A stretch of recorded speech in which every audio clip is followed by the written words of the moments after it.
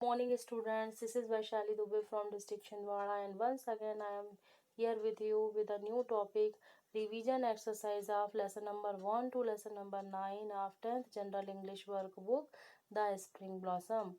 कक्षा 10वीं के लेसन नंबर 1 से लेकर 9 तक की वर्कबुक की एक्सरसाइज आज हम करने जा रहे हैं। सबसे पहले डिस्कस करते हैं क्वेश्चन पेपर के पैटर्न का। 10th क्लास में जनरल इंग्लिश में आपका जो वार्षिक परीक्षा का प्रश्न पत्र का पैटर्न होता है वह 4 सेक्शन में आपका क्वेश्चन पेपर बटा हुआ होता है।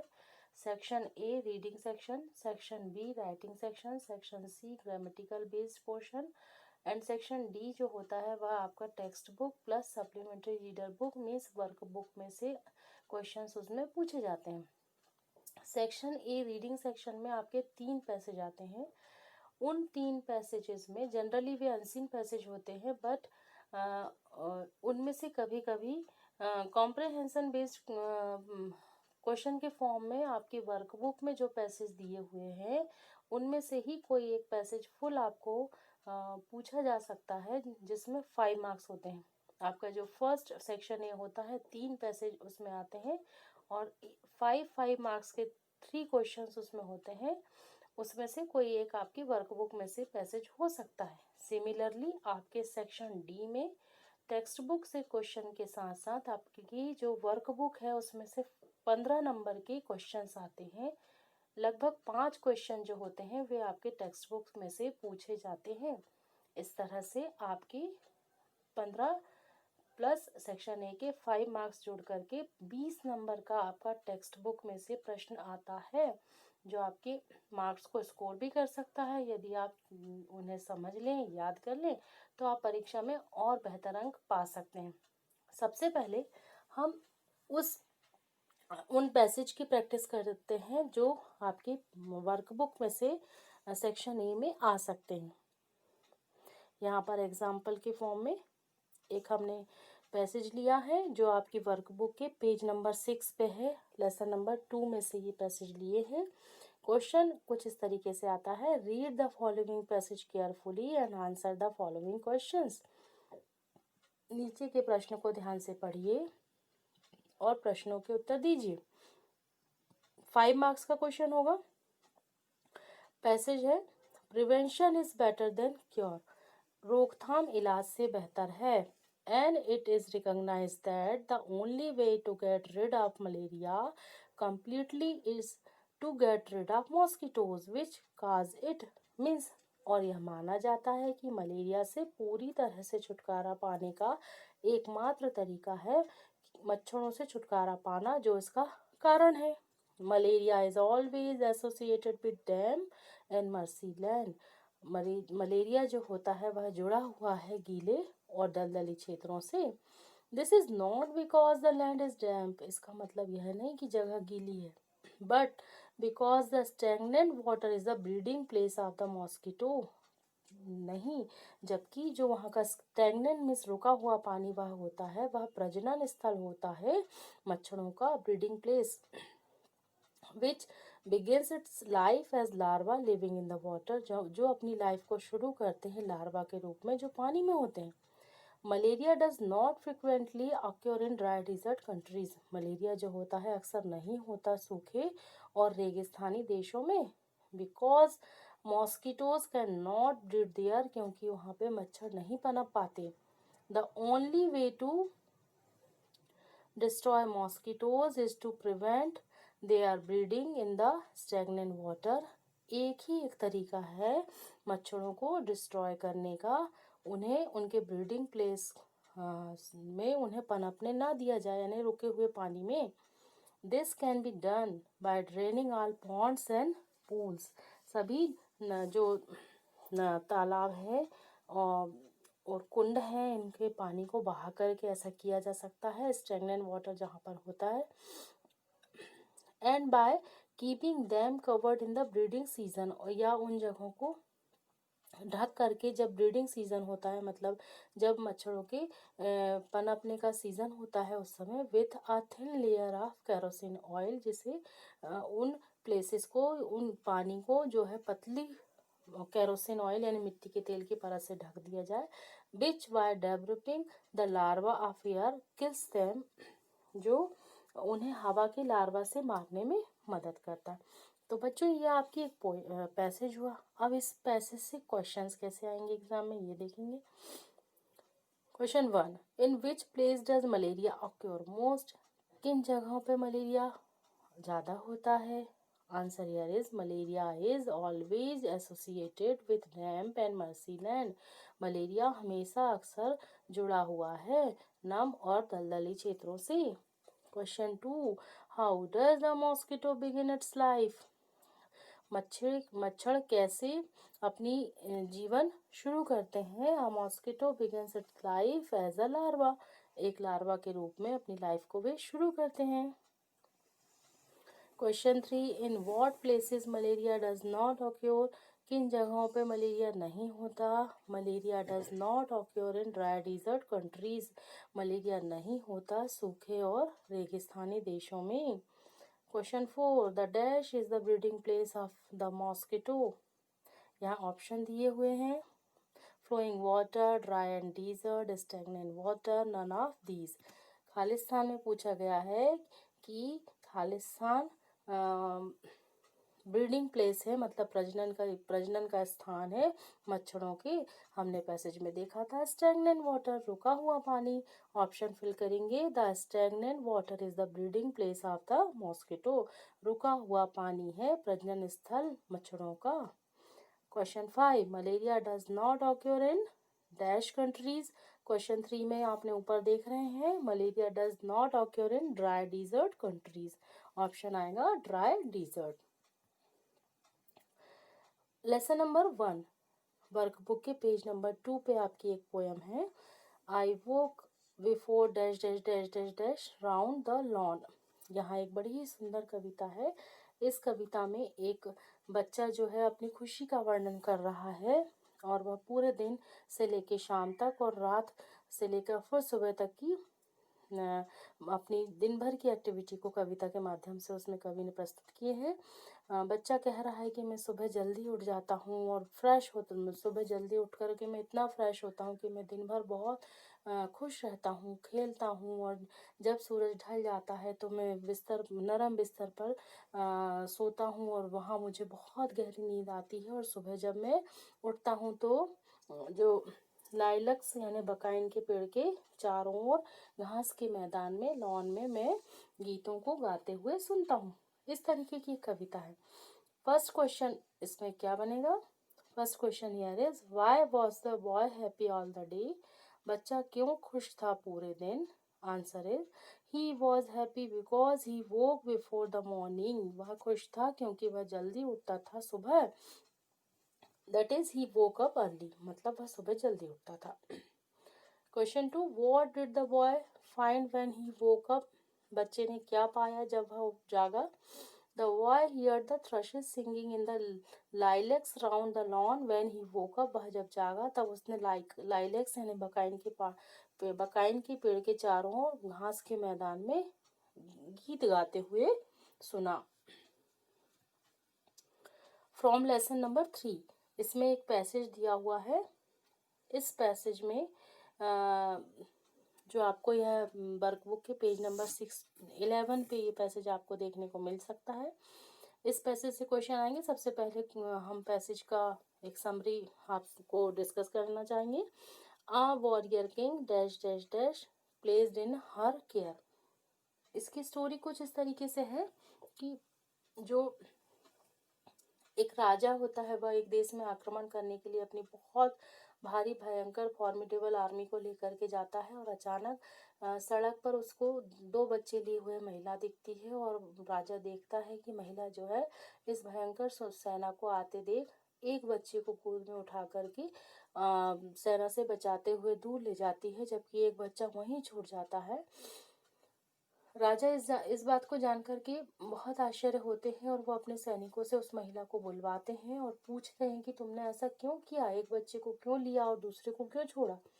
तो महिला उत्तर देती है कि ये जो दूसरा बच्चा जिसे मैंने छोड़ा यह मेरा बच्चा है और जिसे मैं गोद में उठा करके ले आई यह मेरे भाई की बेटी है जिसको भाई ने मुझे उसके केयर करने के लिए उसकी देखभाल के लिए मुझे सौंपे थे, तो मेरी ड्यूटी है कि पहले मैं उसे सेव करूं। राजा इस बात को जानकर के बहुत खुश होते हैं और उसको बहुत सारा गिफ्ट देते हैं और कहते हैं तुम्हारी जैसी रॉयल लेडी जहाँ होगी उस देश में आक्रमण करने का कोई औचित्य नहीं है, और वो खुशी खुशी अपनी सेना को वापस ले जा लेते हैं। इसी प्रकार का सेक्रीफाइस या एक बलिदान जो है पुराने इतिहास में पन्ना धाय की स्टोरी में हमारे इतिहास में मिलता है, जिसमें पन्ना धाय जो थी माँ धाय माँ जो थी उनने अपने बेटे का बलिदान दी थी राजा के बच्चे के लिए। फर्स्ट क्वेश्चन हम देखेंगे, why did the women start running, क्यों महिला ने शुरू कर दिया था चलना।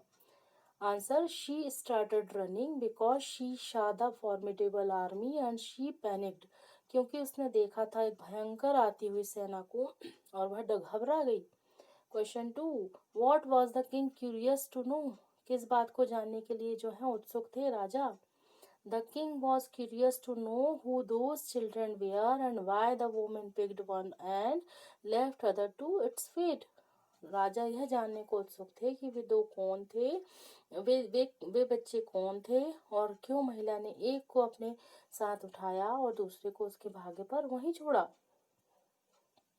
Question 3, why did the woman save somebody else's child instead of her own, क्यों महिला ने किसी दूसरे के बच्चे को बचाया अपने बच्चे की जगह।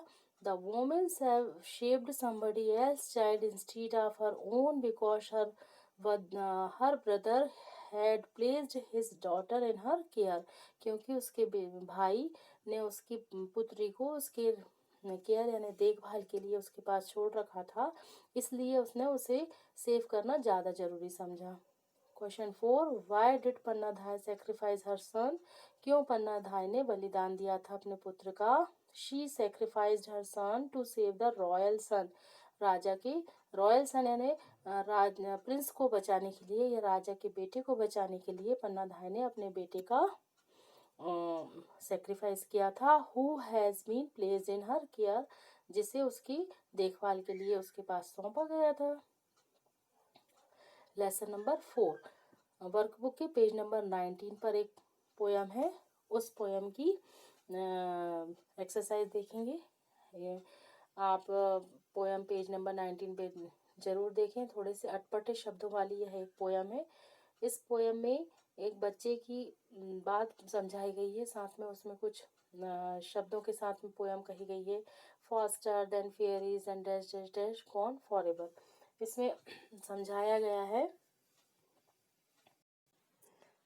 कविता में बताया गया है चुड़ैलों और परियों और चुड़ैलों और घरों की तुलना में अधिक तेजी से हैजेस और डैचेस और मेड्यूस और दहार्स और मवेशियों के माध्यम से एक लड़ाई और सैनिकों की तरह अकेले जो है वो चार्ज करते हैं। पहाड़ी और प्लेन रास्ता, सारी जगह ड्राइविंग, बारिश की तरह मोटी मोटी बूंदें और एक बार फिर से पलक झपकते स्टेशन। यहाँ एक बच्चा है जो सभी से खुद को मिलाता है और हाथापाई करता है। यहाँ आदमी और बाहर के साथ एक सड़क से दूर एक गाड़ी है और यहाँ एक चक्की है, एक नदी है जहाँ एक झलक मिलती है और हमेशा के लिए चली जाती है। इस तरीके की यह एक कविता थी। इस कविता में फर्स्ट क्वेश्चन यह है, what are the things that seem moving faster than fairies and witches. प्रश्न यह है कि ऐसी कौन सी चीज़ें हैं जो परियों और चुड़ैलों की तुलना में तेज चलती हैं। Answer here is bridges and houses, hatches and ditches. Question 2, what is the cart carrying. प्रश्न दूसरा यह है, गाड़ी क्या ले जा रही है। Answer here is the cart is carrying man and load, वह आदमी और भार को ले जा रही है। लेसन नंबर 6, वर्कबुक के पेज नंबर 29 पे एक पैसेज है। इस पैसेज में से क्वेश्चंस डिस्कस करेंगे। Students who are very dash dash dash among our youth, यह जो पैसेज है ये हमारे एजुकेशनल सिस्टम को बताता है और इस एजुकेशनल सिस्टम में पढ़ाई के साथ साथ अदर एक्टिविटीज़ के इम्पोर्टेंस को भी बताया गया है, जो हमारे मन मस्तिष्क को बहुत अच्छा बनाती है, खास करके खेल। First question here is, What is the main goal of our education system? हमारे शिक्षा के तंत्र का सबसे मुख्य उद्देश्य क्या है? The main goal of our education system is that studied should not be neglected and should be given due importance along with other activities. हमारे जो शिक्षा प्रणाली का मुख्य लक्ष्य यह है कि पढ़ाई को उपेक्षित ना किया जाए और शिक्षा से जुड़ी अन्य गतिविधियों के साथ साथ इसे उचित महत्व दिया जाए.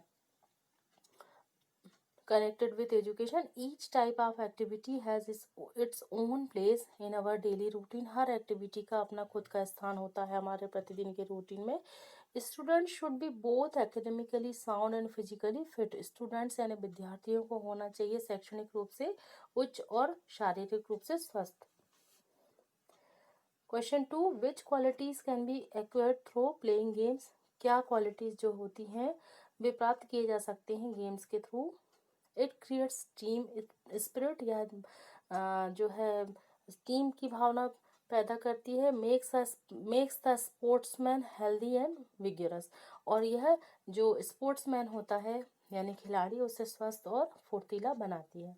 Question 3, what should be given due importance in the curriculum? Importance in the curriculum is studies along with other activities should be given due importance in the curriculum. मतलब पाठ्यक्रम में जो है किस चीज़ को इम्पोर्टेंस दिया जाना चाहिए? तो पढ़ाई के साथ साथ जो है दूसरी एक्टिविटीज़ को भी इम्पोर्टेंस दिया जाना चाहिए पाठ्यक्रम में. Question 4, why do some students prefer sports to studies? क्यों बच्चे प्रेफर करते हैं खेल को स्टडीज से ज़्यादा? Some students prefer sports to studies because they considered that it is better to spend time in a sports arena. कुछ छात्र जो है पढ़ाई के लिए खेल को ज़्यादा पसंद करते हैं क्योंकि वे मानते हैं कि खेल के मैदान में समय बिताना बेहतर है. फ्रॉम लेसन नंबर 9 पर एक पेज नंबर 39 पे एक पोयम है. इस पोयम की हम क्वेश्चन आंसर देखेंगे.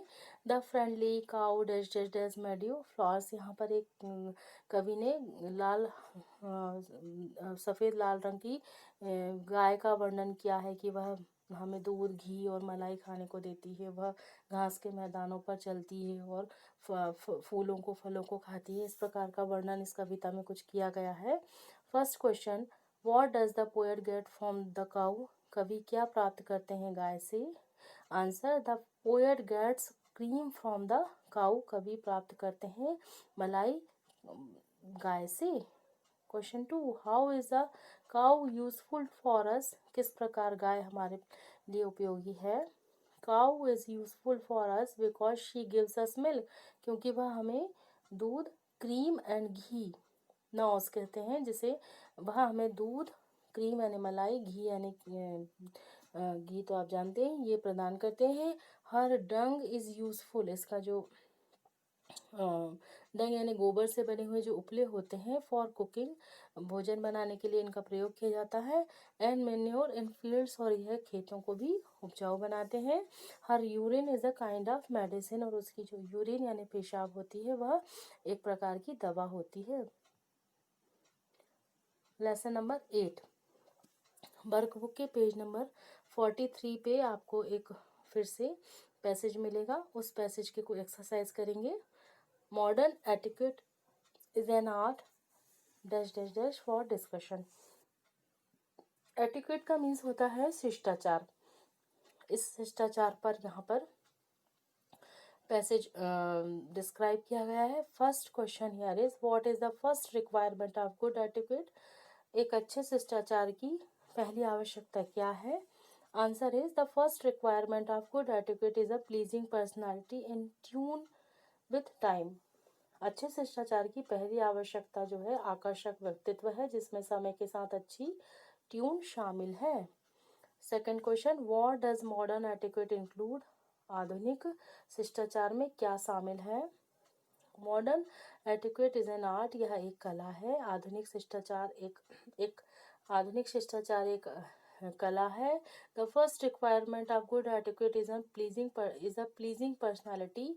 एक जो फर्स्ट रिक्वायरमेंट है इसकी वह है अच्छे आकर्षक व्यक्तित्व और विथ ट्यून, टाइम के साथ इसकी आकर्षक व्यक्तित्व होना चाहिए। Modern etiquette includes having a clear idea of day to day topics, जो आधुनिक शिष्टाचार को दिन प्रतिदिन के